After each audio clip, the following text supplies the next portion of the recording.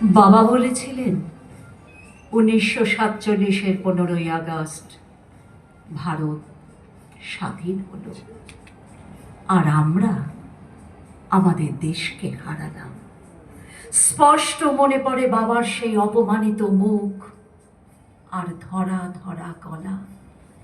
আমি তখন মাত্র 13। কথাটার মর্ম ঠিক বুঝিনি। মন ছটফট করছিল বাইরে হুল্লোড়ে গলা মেলাবার জন্য। প্রভাত ফেরিতে বাজছিল বিউগল। পাশের পাড়ার বস্তিরা ছেলেমেয়েরা কেন যে চিৎকার করছিল কে জানে। মহাত্মা গান্ধী এ শহরের কোনো একটা খাটিয়ায় শুয়ে আছেন। কে জানি বলছিলেন তিনি খুব কাঁদছেন। আমার মাও চোখ ছল ছল করে বলে উঠলেন, চাঁপা ফুলের গাছটা নিজের হাতে লাগিয়েছি, এবছরই ফুল ফুটবে, কিন্তু আমার আর দেখা হবে না। লাহোর অথবা এলাহাবাদের কোনো একটি হোটেলের ঘরে গরমে ঘামতে ঘামতে র্যাডক্লিফ নামে এক ইংরেজ কাটাকুটি খেলছে ভারতের মানচিত্র নিয়ে। ঝড়ে উড়ে যাবার মতন এক একটা গ্রাম চলে যাচ্ছে সীমান্তের এপারে ওপারে। কারো রান্নাঘর গিয়ে পড়ল নতুন দেশে, কোন গৃহস্থের গোয়াল ঘরে রয়ে গেল পুরনো রাজ্যে। কত নদী ভাগ হয়ে গেল, লক্ষ লক্ষ মানুষের জীবন তছ নছ হয়ে গেল শুধুমাত্র স্বাধীনতার মূল্য দিতে গিয়ে। পাঞ্জাব, বাংলা, এ দুটো রাজ্যের ছেলেরা জীবনপণ লড়াই করেছিল স্বাধীনতার জন্য। সেই দুটো রাজ্যকে কেটে ফেলে বইয়ে দেওয়া হলো রক্ত গঙ্গা। আমার কাকা 17 বছর পর আন্দামান জেল থেকে বেরিয়ে এলেন। ভেবেছিলেন চোখ মেললেই দেখতে পাবেন তার পুরনো স্বদেশকে, কিন্তু চোখ মেলতেই কে যেন তার চোখে দুটো খুশি মারল। কি এখানকার মানুষ তো আর মানুষ নেই, কেবলই হিন্দু কিংবা মুসলমান।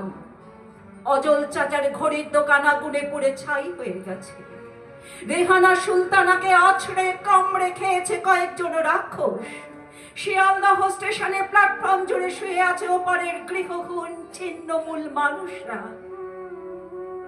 কত জননীর এক সন্তান মারা গেছে পথে, অন্যটি খিদে কাঁদছে, হাতে ভিক্ষার পাত্র। শ্যামলী নামের ধর্ষিতা মেয়েটি রক্তস্রাব কিছুতেই বন্ধ হচ্ছে না।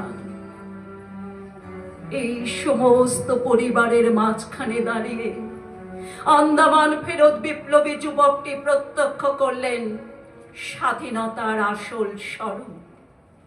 একজন বৃদ্ধ চিৎকার করে বলে উঠলেন, বাচ্চা গান্ধীটা মেনে নিল দেশভাগ। পেয়ারের নেহেরুকে কিছুতেই বোঝাতে পারলেন না। আজ যদি নেতাজি সুভাষ চন্দ্র থাকতেন, তার এই চিৎকারে প্রতিধ্বনি পৌঁছে গেল দিল্লি পর্যন্ত। এক পাক প্রার্থনা সভায় মারাঠি যুবকের হাতে খুন হলেন গান্ধীজি। জন্ম থেকে স্বাধীনতা নামের শিশুটি বিকলাঙ্গ। তাকে যত্নে বাঁচিয়ে রাখার জন্য বারবার পোশাক বদল করে যে জামাটি পরানো হচ্ছে তার নাম গণতন্ত্র। কাশ্মীর ও লাদাখ তাপ্তি মারা হলেও তাদের মধ্যে আজও রয়েছে সেই আলখাল্লাটি।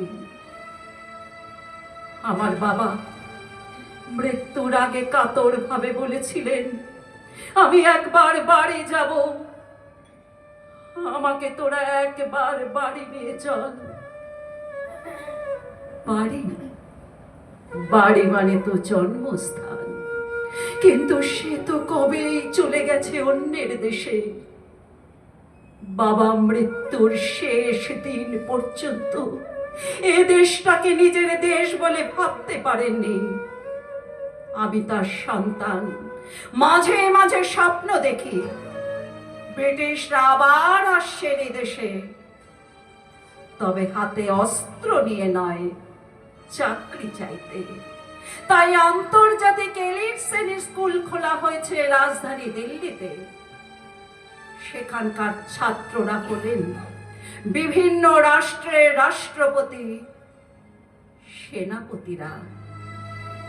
তাদের পড়ানো হচ্ছে গণতন্ত্র। তাই আজ বিভিন্ন ধর্মগুলিকে ঘরের মধ্যে বন্দি করে রেখে প্রকাশ্য রাস্তায় সমস্ত মানুষ আবার মানুষ হয়েছেন। সমস্ত মানুষ আবার মানুষ হয়েছেন। ধন্যবাদ।